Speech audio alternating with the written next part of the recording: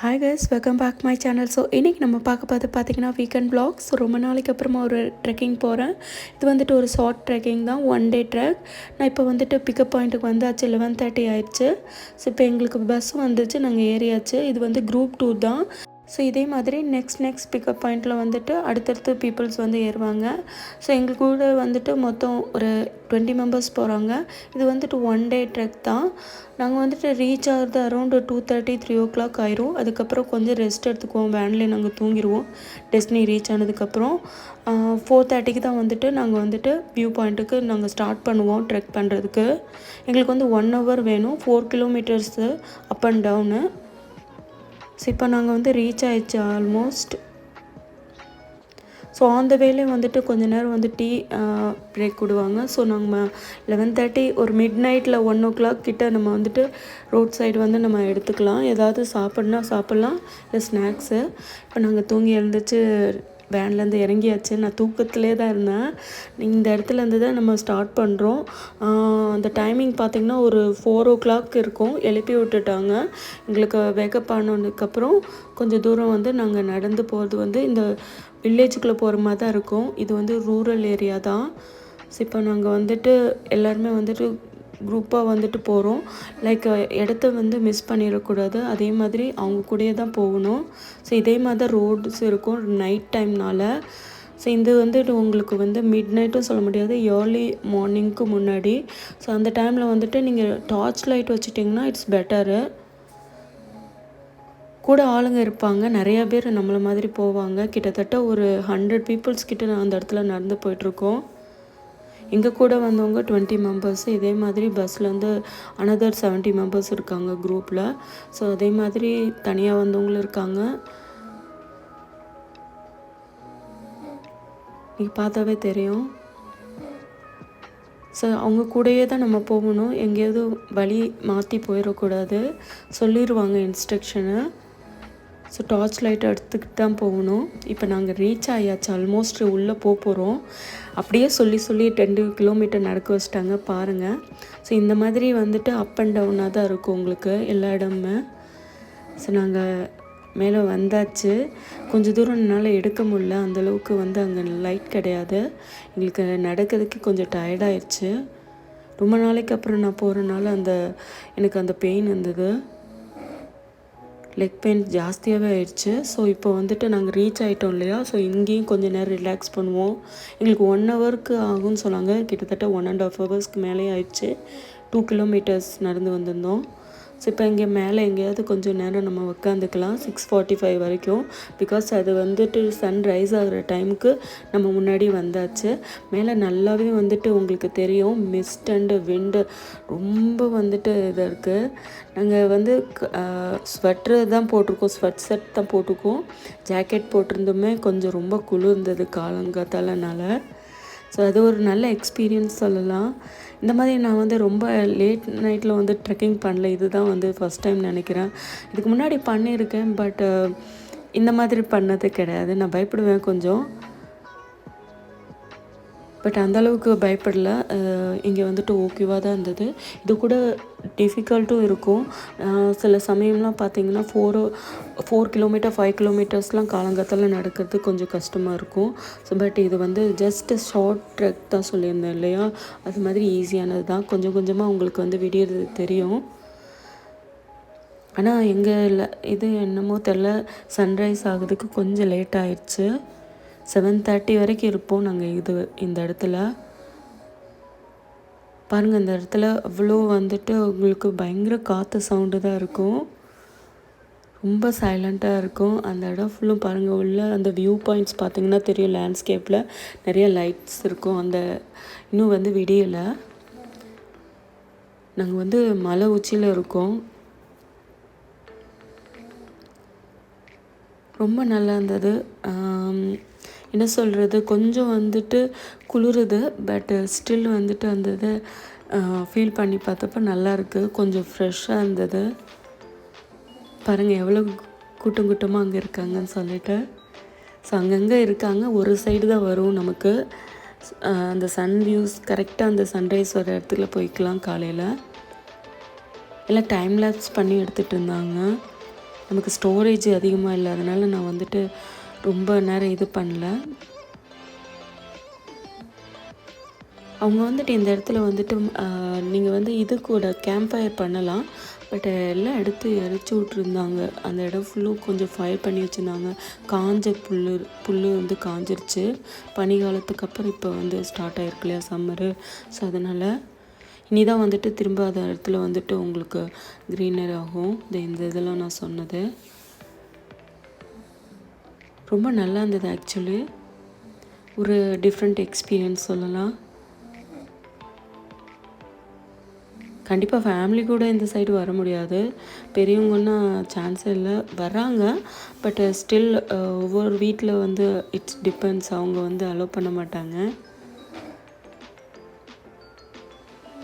சுற்றிக்க பாருங்கள், உங்களுக்கு பனிமூட்டம் எவ்வளோ அழகாக இருக்குன்ட்டு. மலைகளாக தான் இருக்கும் சுற்றி, அண்டு அங்கங்கே லைட்ஸ் எரிஞ்சிக்கிட்டு இருக்கோம். கொஞ்சம் கொஞ்சமாக வந்து விடியறது ஸ்டார்ட் ஆயிடுச்சு.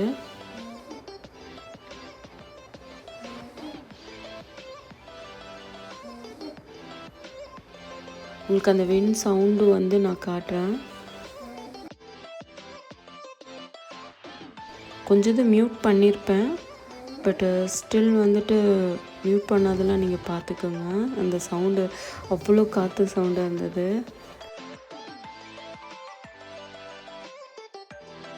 இப்போ ஸ்டார்ட் ஆயிடுச்சு, அரௌண்டு 6 o'clock மேலே ஆயிடுச்சு.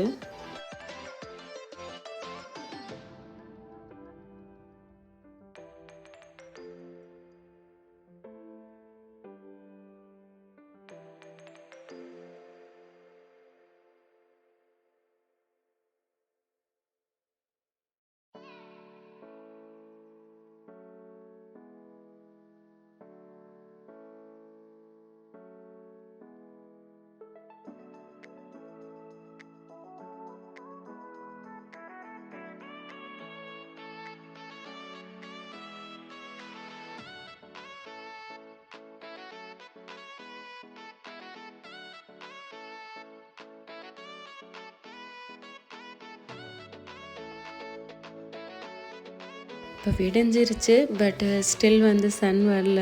அதே மாதிரி மிஸ்ட்டும் வந்து குறையலை. ரொம்ப குளிர் இருந்தது. ரொம்ப நேரம் வெயிட் பண்ணிகிட்ருக்கோம் சன் எப்போ வருதுன்னு சொல்லி. வந்து ஏமாற்றிது. லைக் க்ளவுட்ஸ் வந்துக்கிட்டே போயிட்டுருக்கு. பாருங்கள் எவ்வளோ நடுங்கிட்டு உட்காந்துருக்கோன்னு சொல்லிட்டு.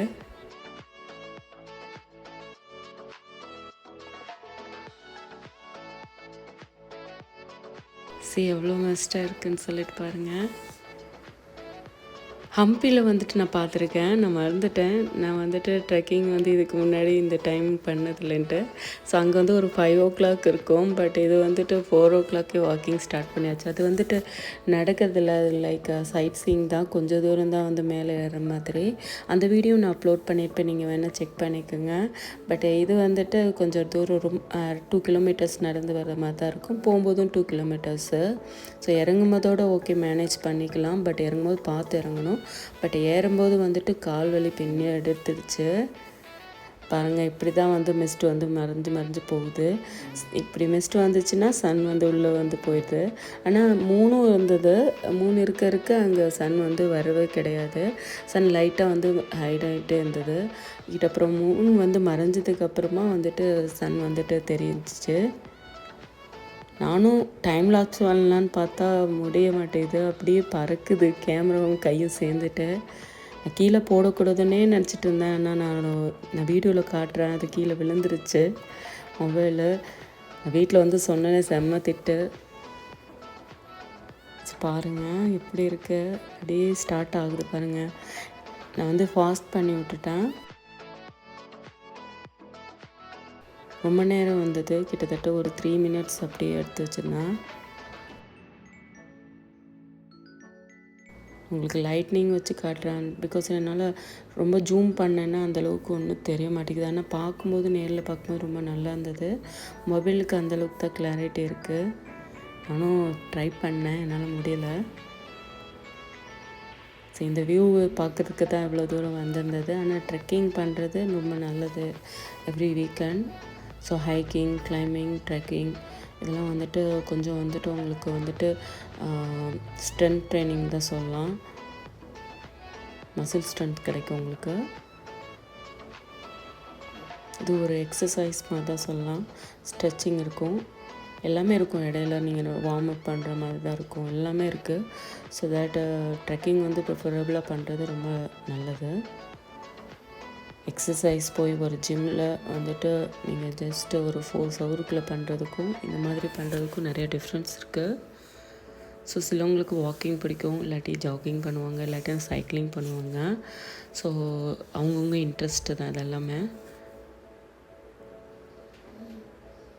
பாருங்கள், சன் வியூ வந்துட்டு எந்த டைரெக்ஷனில் எடுத்தாலும் அது ஒரு அழகு தான். நேச்சரே ரொம்ப அழகாக இருந்தது. அந்த காற்று, அதே மாதிரி அதை சுற்றி இருக்கிற அந்த மாதிரி சின்ன சின்னது. இப்போ கிளம்பியாச்சு, 7:40 ஆயிடுச்சு. ரொம்ப நேரம்லாம் உட்கார முடியாது அந்த இடத்துல. அவங்க சொல்லிட்டாங்க நம்ம கிளம்பிட்டோன்னா நமக்கு வந்துட்டு வீட்டுக்கு ரீச் ஆகிறதுக்கு நமக்கு 12:30 ஆயிரும். இங்கேருந்து நடக்கிறதுக்கே 1 ஹவர் ஆகும். ஸோ இப்படி நடந்து போகும்போது தான் நான் வந்து கீழே போட்டுட்டேன் மொபைலு. பாருங்கள், எரிச்சு விட்டுருக்காங்க. நான் உங்ககிட்ட சொன்னேன் இல்லையா? ஸோ அதெல்லாம் வந்து காஞ்சிருக்கு பாருங்கள். இப்போ எரிச்சு விட்டாங்கன்னா கொஞ்ச நாளுக்கு அப்புறமா திரும்ப இதாயிரும். இதெல்லாமே வந்து ரிசர்வ் ஃபாரஸ்ட்டு இது வந்துட்டு லீகலாக வந்து இது பண்ணியிருக்காங்க. ஸோ தட் அவங்களோட கண்ட்ரோலில் இருக்கும். நம்ம பெர்மிஷன் வாங்கிட்டு தான் உள்ளே வராங்கன்னு நினைக்கிறேன். அவங்க போகலான்னு சொன்னால் தான் நம்ம போகணும். பாருங்கள், இப்போ தான் நான் போட்டேன் மொபைலை. நான் விழுந்துட்டேன்னாலும் அவங்க பார்த்தாங்க. நான் வந்து மொபைலுக்கு பார்த்துட்டு இருந்தேன். செம்ம காமெடியாக போயிடுச்சு. மொபைலுக்கு ஒன்றும் ஆகலையான்ட்டு தான் என்னால் ரொம்ப கன்சர்ன் ஆகிட்டேன். ஐயோ, ரொம்ப நாளைக்கு அப்புறம் ஃபஸ்ட் டைம் போட்டுட்டேன்னா அந்த இடத்துல பாருங்கள் அவ்வளோ கல்லாக இருக்குது. ஐயோ, என்ன ஆக போதோ தெரியலேன்னு சொல்லிட்டு ஃபீல் பண்ணிகிட்டு இருந்தேன். எனக்கு அப்படியே மூட் அப்ஸ் ஆகிடுச்சு. அது போக எனக்கு ஸ்டோரேஜும் கம்மியாயிடுச்சு. அங்கேயும் அவங்க வந்துட்டு லேட்டாகும், நம்ம ஜாயின் விட்டுரும், அதனால் வீடியோ எடுக்க வேணான்னு சொல்லிட்டு இருந்தாங்க. ரொம்ப நேரம் நிற்க வேணாம் அப்படின்னாங்க. வீடியோ எடுக்க வேணான்னு சொல்ல, நடந்துக்கிட்டே எடுத்துகிட்டு வந்தேன். சரி, அவங்க சொல்கிறனால அப்படியே கீழே போட்டுட்டனால கொஞ்சம் நின்று எடுத்தேன்னா மிஸ் பண்ணிடுவோன்னு சொல்லிட்டு. ஸோ இங்கே வந்துட்டு பாருங்கள், வழி மறந்துட்டோம் எந்த சைடு போகுதுன்னு சொல்லிட்டு ரூட்டு. ஸோ இதனால தான் அவங்க சொல்கிறாங்க லைக் வழி விட்டுறக்கூடாதுன்னு, குரூப்போடே இருக்கணும்னு சொல்லிட்டு. பாருங்கள், அங்கங்கே கடைசியாக வந்து டிசைட் பண்ணிவிட்டு வாங்க எந்த வே போகணுன்னு சொல்லிட்டு அப்படின்னு சொல்லிட்டு. நாங்கள் மேலே ஒரு டெம்பிளுக்கு போகணும், அதுக்காக தான் பார்த்துட்ருக்கோம் சுற்றி. ஸோ இந்த மாதிரி நடக்கும்னு சொல்லிட்டு தான் ஆரம்பத்தில் வந்து நம்மக்கிட்ட சொல்லுவாங்க, நம்ம குரூப்போட எப்போதுமே வாங்கன்னு சொல்லிட்டு. ஸோ இப்போ இந்த கோயிலுக்கு தான் வந்து மேலே ஏறணும். எல்லா சுற்றியும் ஒரே மாதிரி தான் இருக்குன்னு சொன்னாங்க. நீங்கள் வீடியோ எடுத்தாலும் அப்படி தான் இருக்குன்னு சொன்னாங்க. இருந்தாலும் எனக்கு வந்துட்டு திரும்ப எப்போ வரும்னு தெரியாது. ஸோ எடுத்துக்கிட்டேன். கண்டிப்பாக வீடியோவும் அப்லோட் பண்ணோம் இல்லையா? அவங்களுக்கு தெரியாது நான் யூடியூப் பண்ணுறேன்னு சொல்லிட்டு. எல்லாம் முடிஞ்சதுக்கப்புறம் வேனில் வந்து விட்டு தான் நான் சொன்னேன். ஐயோ, அப்படின்னா நாங்கள் நல்ல வீடியோ எடுக்க வச்சுருப்போமே அப்பயே சொன்னாங்க. அது என்ன பண்ணுறது, முடிஞ்சிருச்சு. நான் அதிகமாக சொல்லலை. பாருங்கள், அங்கே நிறைய மங்கீஸ் இருக்கும், குட்டி குட்டி மங்கி. பட் ரொம்ப அக்ரெசிவாலாம் நடந்துக்கல, நம்ம விட்டுட்டு தான் இருந்துச்சு. மேலே ஏறும்போது கேர்ஃபுல்லாக தான் ஏறணும். ஸோ ஸ்டெப்ஸ் இருக்கும், ஸ்டேர்ஸ் இருந்தாலும் வந்துட்டு படிக்கட்டெல்லாம் உடஞ்சி தான் இருக்குது.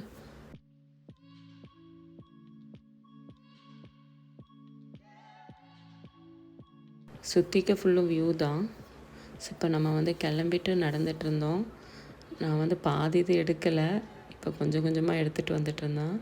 ட்ரக் லீடு முன்னாடி இருந்து வாங்க போதும்னு சொல்லிட்டு இருந்தாங்க.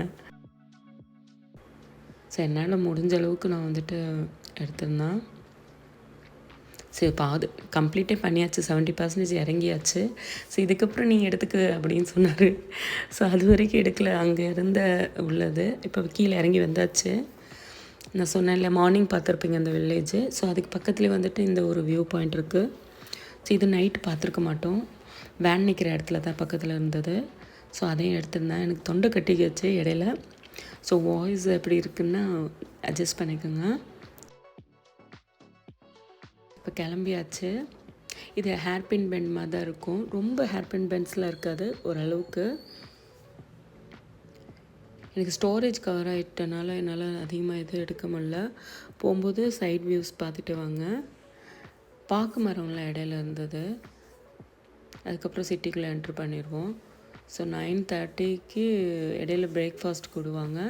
நாங்கள் வந்துட்டு இங்கேருந்து ஒரு 8:30க்குள்ளே மேலே கிளம்பியாச்சு. 9:30 இடையில வந்து ஆன் த வேல நிப்பாட்டிட்டு பிரேக்ஃபாஸ்ட் முடிச்சுட்டு அதுக்கப்புறமா 12:30க்கு 12:45க்கு மேலே ஆயிடுச்சு நாங்கள் ரீச் ஆகிறதுக்கு பெங்களூரை. ஸோ இதுவும் பெங்களூர் தான், பட் இது ரூரல் பார்ட்டு. ஸோ 2 டோல்கேட் அங்கே வந்து கிராஸ் பண்ணி தான் போயிருந்தோம். மைசூர் ரோடுன்னு சொல்லலாம், மகுடி ரோடு அந்த இதெல்லாம் வரும். ஸோ இந்த இதான் பாக்கு மரம் சொல்லியிருந்தேன் இடையில. அவ்வளோதான், டூர் முடிஞ்சிச்சு. ஸோ நெக்ஸ்ட் வீடியோவில் பார்ப்போம். உங்களுக்கு இந்த வீடியோ பிடிச்சிருந்துச்சுன்னா லைக் பண்ணுங்கள், ஷேர் பண்ணுங்கள், சப்ஸ்கிரைப் பண்ணுங்கள். மறந்துடாமல் பெல் ஐக்கனை ப்ரெஸ் பண்ணுங்கள். அப்போ தான் அடுத்து நான் போடுற வீடியோவுக்கான நோட்டிஃபிகேஷன்ஸ் வரும்.